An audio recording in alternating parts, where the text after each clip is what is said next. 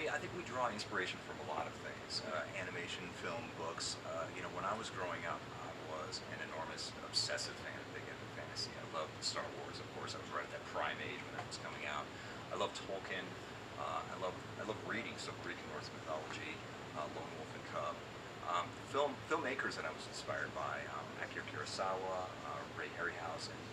In animation, Hayao Miyazaki, I think there's a big influence on this film. And those are kind of the two pillars, the two filmmaking pillars in this movie, Kurosawa and Miyazaki.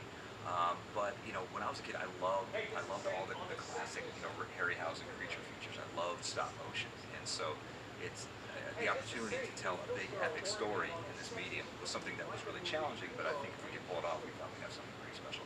Is that okay? Is that a problem? That's got to be a problem, right? Yeah. Yeah. Oh, that's totally fine. This isn't gonna be on, but I just need the audio for it anyway.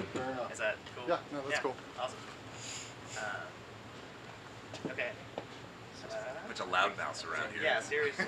Yeah, no, I think yeah, exactly makes sense. It's big epic grand adventures. Right. Like you're going for. Right. Yeah. So the things in the 3D, is that your choice? Well, I mean, when we started LAIKA 10 years ago, and we started Coraline, you know, one of the things that was exciting for us was this opportunity to take this medium that we love, stop motion, and take it into a new era. And really, for us, that meant taking this incredible handcrafted way of making films that went back to the dawn of cinema 100 years, and trying to find ways that we could find a convergence of technology and innovation within it. And so when we made Coraline, that was a question for us because we wanted to have that Wizard of Oz moment where, you know, Dorothy goes from the black and white world of Kansas to the Technicolor, rich, eye-popping splendor of Oz. And there was no kind of modern analog to that. And so we started to explore what filmmaking techniques we could use to do that. And 3D was just starting to become a thing. Stereoscopic photography was just starting to become a viable option in filmmaking. And so we thought we could use that to, you know, put the audience in Coraline's emotional place. And so that was a way for us to use technology to evoke a feeling of emotion. And we've done every single film since then using stereoscopic photography. And it creates challenges because, you know, we shoot on these miniature sets that actually exist, and we have to take 2 images for every single exposure. So we take a left eye image, and then the camera slides over, we take a right eye image. And you know, it's kind of a slow moving way of working, but everything that we do is slow. I think the best form of 3D is just like sound or lens choice or color or music, whatever it happens to be.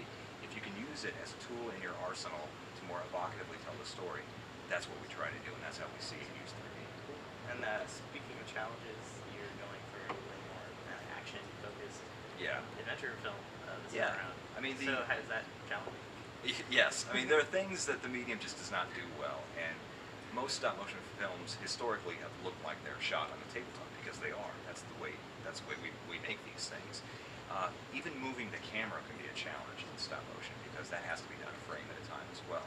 And so to have big dynamic camera moves, incredible liberated cinematography, a lot of action that feels spontaneous instead of, you know, meticulously planned out, those are all things that the medium struggles to do.